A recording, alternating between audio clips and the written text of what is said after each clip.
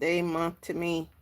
Now, this is also a challenging time because it's the 5th year anniversary of some devastating things that happened to me and my family back in 2021. And again, unfortunately, there was another devastating thing that happened this month. However, something that the Lord put on my heart to do this month, instead of being overwhelmed by grief, instead of being thrown off by this sudden additional family trauma, was to take a little bit of time to breathe, revise my plan, and run with the vision. There's been a lot of things going on personally. Ever since, I want to say last year, when I came on and started sharing some of my story, it was a little bit uncomfortable, but I got comfortable showing up. And then, lo and behold, here come the trolls, right? Uh, YouTube trolls are very different than Facebook trolls. I don't think I've had an experience with Instagram trolls yet, but I need to prepare for them too because it's a part of us coming to show up and do the thing that we have been created or called to do. And so, what is your vision? We are in Q2. We are in Q2. And we are almost rolling out of the first month in the second quarter. What is your vision? Have you accomplished any of it this year? I know I have. Look at all that lint on my hat.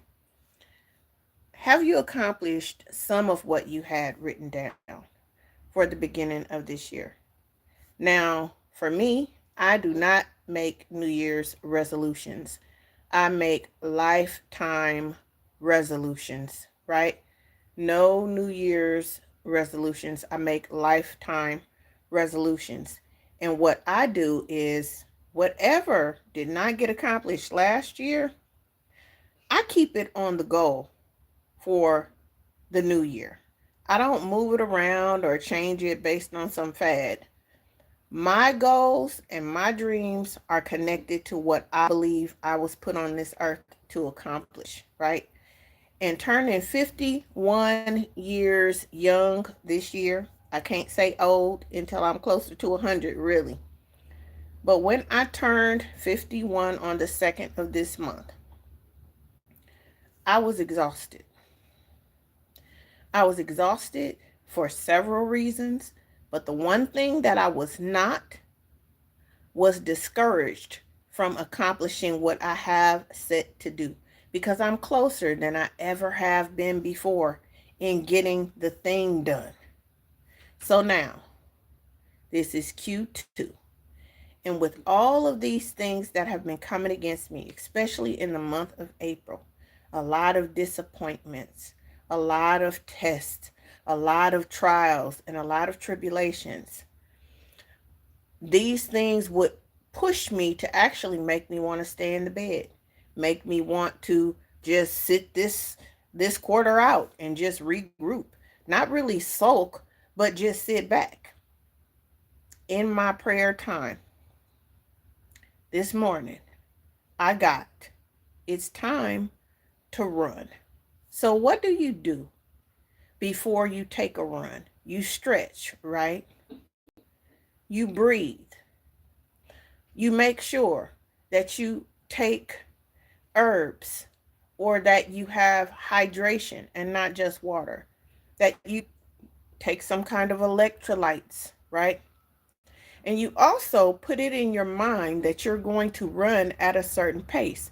You're not going to try to speed run in the beginning. You're going to run at a certain pace so that you can keep up with your race. What is your vision? How close are you? Or how far are you behind? What adjustments do you need to make so that you can keep going? If you need to rest for a little bit, definitely do that. Just don't stay sitting out too long, because the sun will go down, right? And a whole new day will emerge. And you don't want the whole new day to emerge and you're still sitting in the same place. Now, my plan was to come back earlier uh, last month and start showing up at least twice a week. I got overwhelmed with some things. I thought that I was going to be able to hire some other help. That fell through. Instead, I found out about some AI tools, some agents that I needed to learn how to program that could actually take some things off of my hands until I had the time to screen the right kind of people to help me. Because the one thing that you don't want to do when you are in the process of accomplishing a vision or even starting a vision is hiring when you feel desperate. That's the wrong time to hire people, is when you are feeling desperate. Because what ends up happening is you hire the wrong people and they end up making a bigger mess and making more work for you had you not ever hired them at all. So, the most important thing for us to do is to prepare. That means we need a checklist. That means we also need to take an account of how we are feeling, how we are doing. So that means I am going to have to rest a little bit more, but each day I'm going to make sure that I hit the goal of that day so that that mile can be accomplished, right? So running with the vision, it means that we are going to make the progress. We are going to definitely pray and ask for grace to get certain things done, but we are not going to keep setting things on the side or saying that we can't do this or we can't do that because of pressure or because of disappointment or because of bereavement, whatever, right?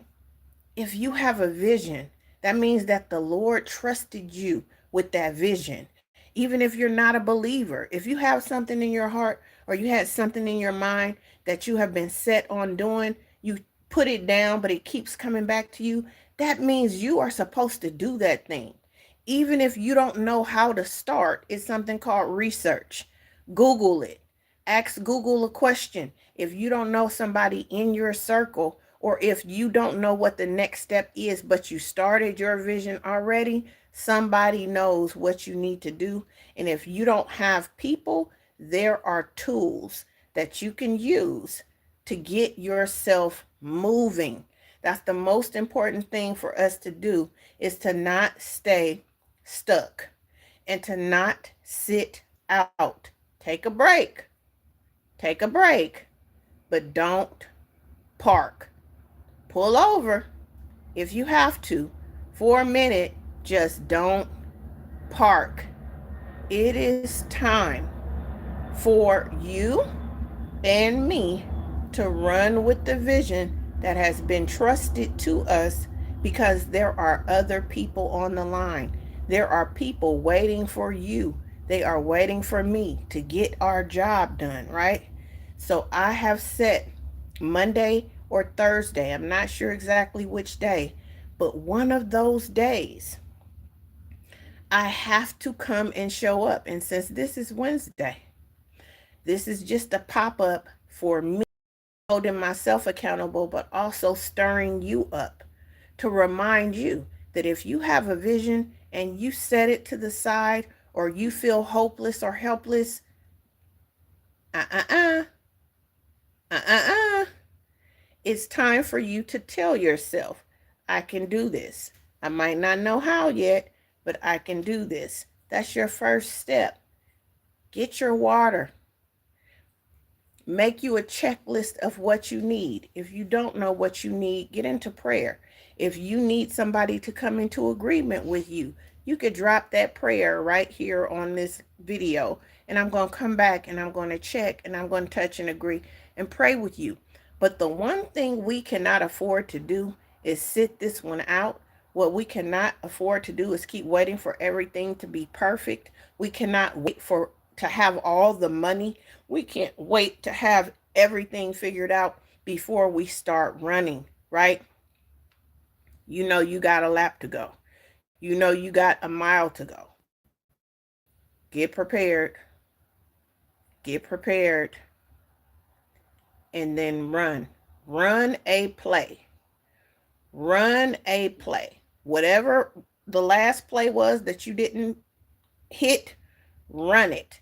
If you hit it and it flopped, look at it, reframe it, retweak it, run it again. And I'm only telling you that because it's something that I just did. And I'm about to do some other things today. And I'm doing some other things tomorrow. And I have the plan in place. And I'm going to run these plays because this vision cannot wait. There are people waiting for us.